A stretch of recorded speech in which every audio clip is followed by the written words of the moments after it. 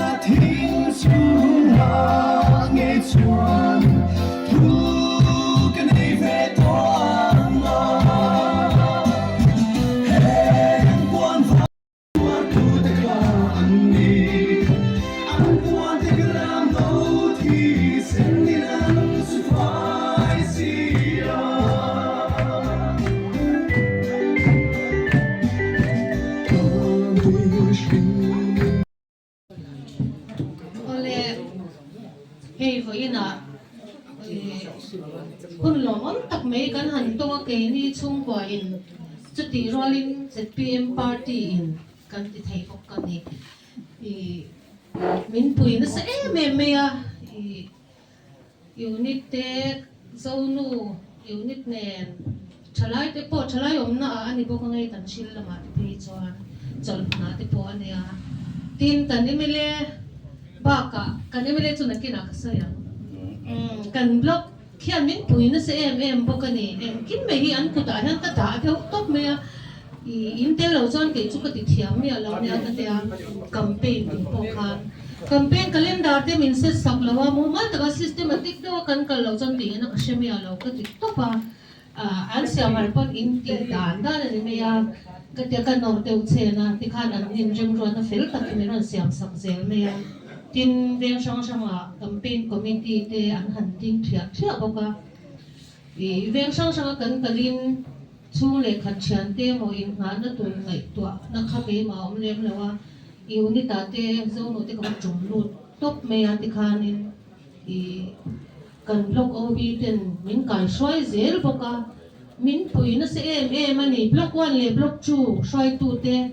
chunga ka lom ma tin unit sang veng tin mi te le kan zo no te kan chalai te chunga ka loma